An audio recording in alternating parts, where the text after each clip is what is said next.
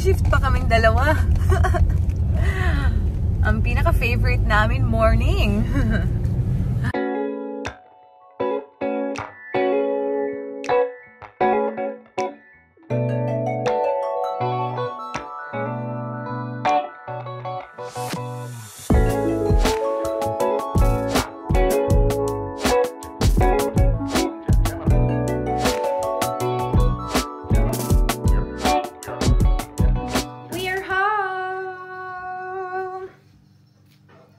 Dugs. Natawa ako kasi parang matching-matching talaga yung ang suot ko ngayon, ha? Tingnan nyo. Tining! Oh, hindi nyo makita. Yung socks ko ba? My compression socks. From Figs din. Yung kulay talaga, nag-complement talaga sila. Anyway, tonight, guys, is mag-aano pala tayo. Mag-watch tayo ng movie. Yung movie na It Ends With Us. Naalala nyo, may book ako niyan. Since yung mga girls, yung mga kasama namin na agency, gusto nilang mag-watch, sabi ko, sige na lang, i-watch ko na lang siguro. Kasi yung inisip ko sana na pag makapunta kami ulit ng ano pala, kina ate, kukunin ko yung libro. Kasi babasahin ko before ako mag-watch ng movie, pero wag na, wala nang chance. Ngayon na lang, i-grab natin yung opportunity kasi nag-invite sila. So, we're gonna go out for dinner. Hindi dinner, movie lang. Dito lang kami kakain.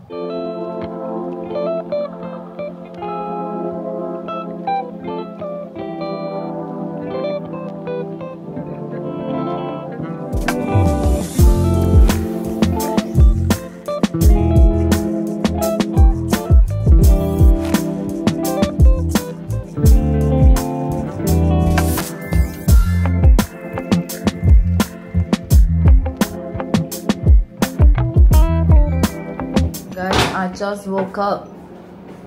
Kailangan natin kumain before tayo lumayas. Before tayo lumayas kasi the movie is gonna be 1 hour and 50 minutes. So, dapat hindi tayo magutom.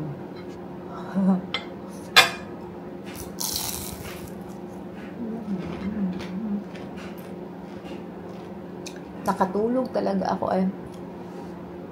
Very sleepy ako today na morning shift. Kahapon, wala masyado. Tomorrow is gonna be my last morning shift. I'm happy.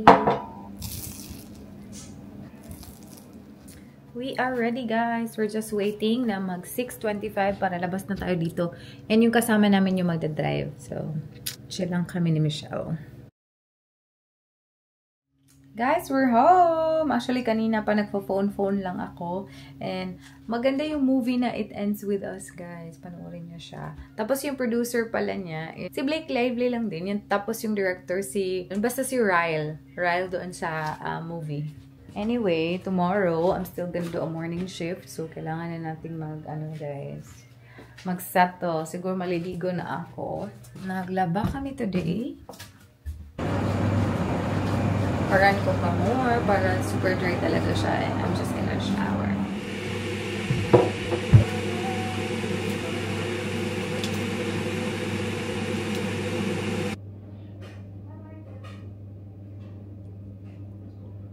Do you want tea?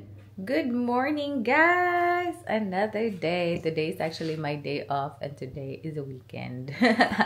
Today is Saturday. Alam nyo ba, almost every weekend talaga, off ako dito. I'm very, very sad. Wait. Anyway, time check, it's 10:30. Tapos, ganina pa ako nagising like an hour ago. And I'm gonna start my day na, guys. Kasi galing tayo ng morning shift. 3 days ako nag-morning. Pero yun nga. Sa totoo lang, parang nasasad talaga ako dito. Kasi for some reason, almost every weekend, day off ko. Like, bakit? Hindi ko maintindihan na out of all the agency nurses, kasi makikita mo sa roster yung lahat ng mga agency nurses.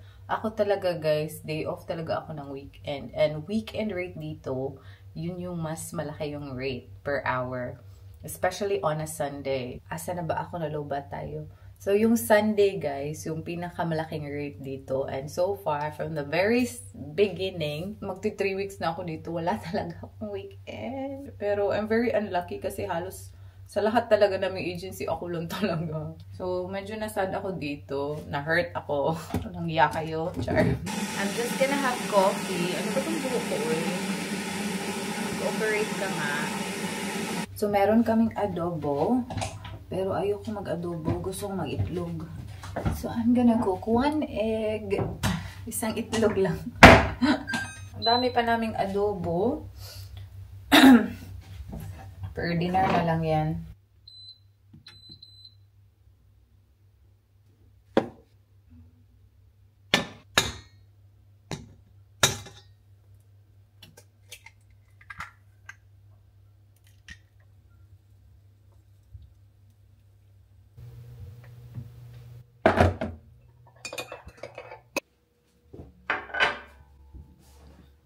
Let's eat, guys. So, I have egg. Nag-init ako ng isang adobo. Tapos, isang potato. Isang slice ng potato. Tapos, kape tayo. Very cute yung ating mug. I'm so excited to eat. Ang sarap ng itlog.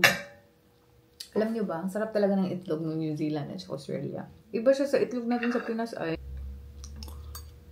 Parang ang ganda ng panahon sa labas. Yung mga kasama ko na agency, nag-breakfast sila. Pero nagising ako ng mga 9:30, which is the time na aalis din sila. Pero parang wala naman din akong planong sumama. Like yung mga kasama namin dito, Almost every day, either breakfast, brunch, lunch, dinner. Ang dami talaga nilang ganap, hindi ako makakip up. Kasi lumalabas lang ako or gusto kong lumabas. Pag day off lang, hindi ako makakip up sa kanila talaga. Na-amaze ako sa social life nila dito. Alam niyo naman ako, taong bahay naman talaga ako.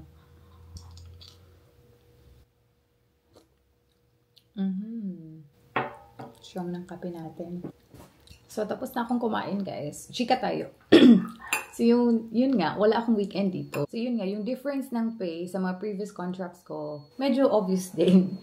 So, sabi ko talaga, my God, ayoko pa naman talagang mag-pick up ng shifts. Like, for me, from casual ha, before kami nag-start na mag-travel nursing, casual kaya kami ni Michelle. So, to work 5 days, like usually straight, or 4 days pag night shift, medyo ano yan, medyo nakakapagod yan talaga, di ba? So, ngayon, because of the pay difference, I really have to pick up kasi, you know, I have a goal. Meron akong goal talaga. So, yung ginagawa ko is they will send a message kasi. So, pag nagsisend sila ng message sa amin, tinatawagan ko agad if pwede ko ba ma-pick up ang shift, especially on a weekend.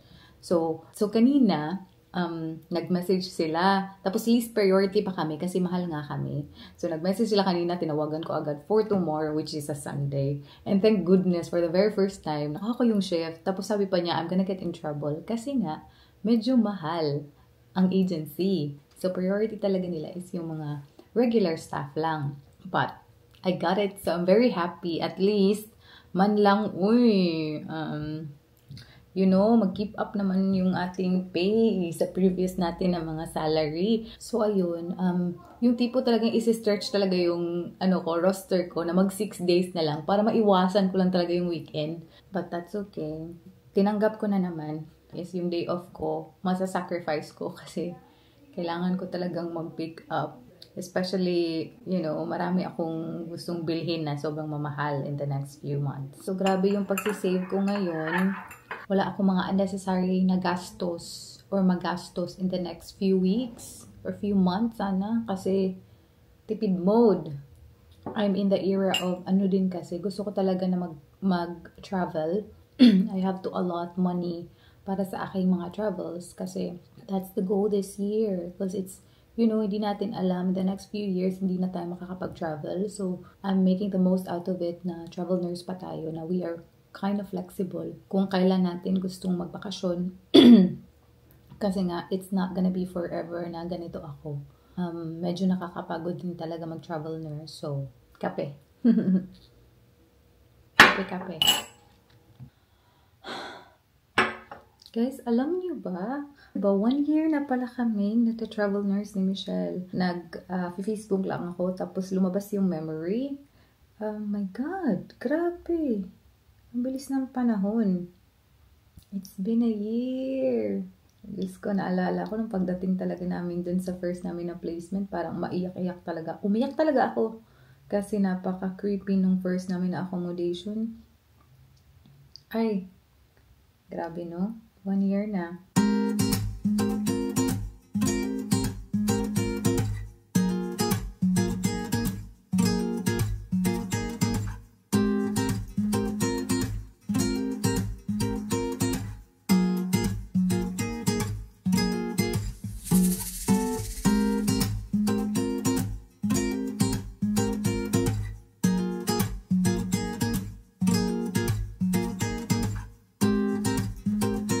Alone time is over because the bee is here.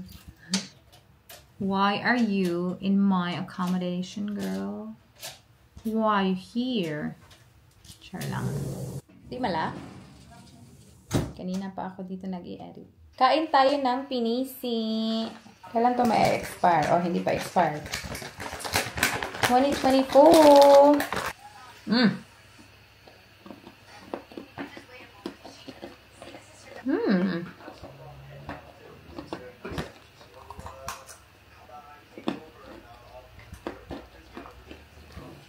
Sarap. Guys, dinner tayo. Mag-ano muna ako. Makeup tayo ng konti. Uy, nandito na si Madam. Dinner time with Madam. At the back. With Michelle. At the front. At the front. Kung mga basto sa mga bits. Drop ka na mo sa Buanday. Sa Banmi. Ako na sa Banmi. Uy, wala pa ko ka-joy. G, ikaw sa Michelle.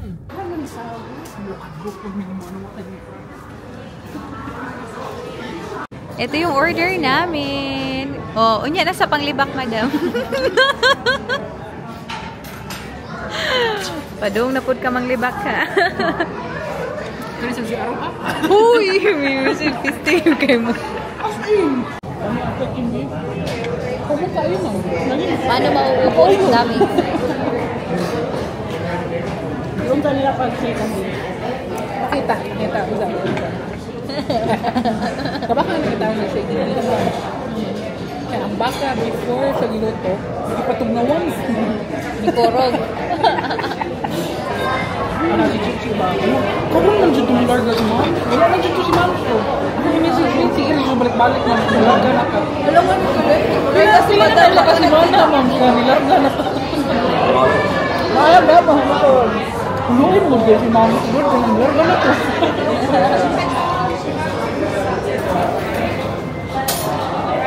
Kasi kalong panggit pa ba ka? Uy!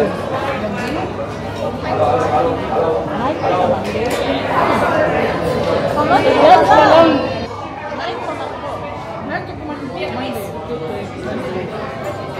Eka, manigin yung nakwapan man kayo.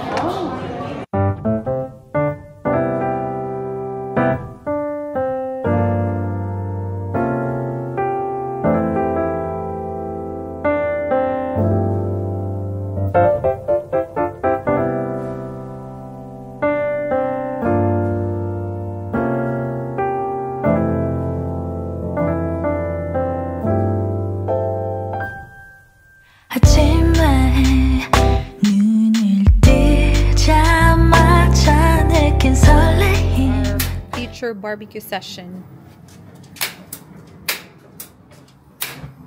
Uy, wak man nilimpyo. Dumi-dumi. I-flip na lang, no? Sakto. Because I am the genetic one. Siyempre yung nag-near class yung kakagay no? Sino to?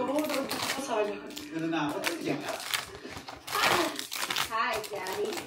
Are you ready for me? We're Queens. I was born there.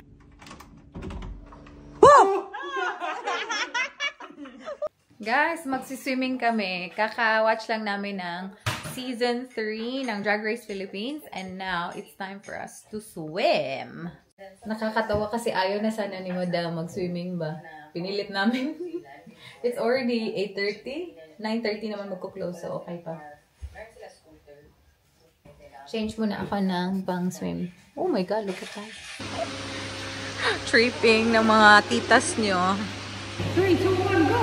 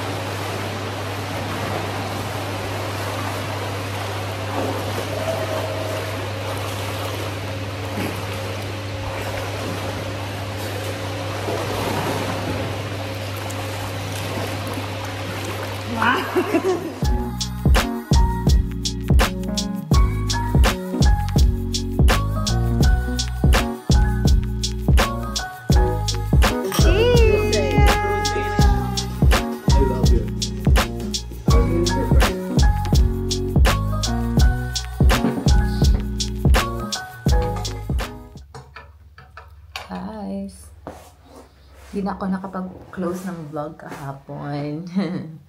Good morning pala sa inyo.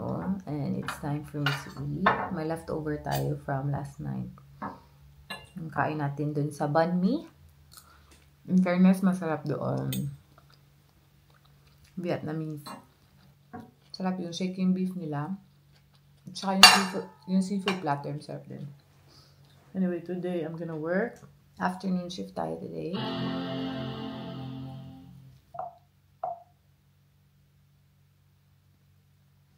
Guys, kanina pa ako nagwo-watch ng Love is Blind UK. And maganda siya in fairness. And then I'm just editing right now. It's 1 o'clock and then nagbook ko ng taxi at 1:45. Yeah. Okay lang naman kasi meron kaming taxi cheats na. So, hindi na ako magbabayad. Anyway, edit lang ako ng 15 minutes and then maybe I'm gonna watch again. Nakaka-addict talaga itong mga reality show na ito. Nakakaloka.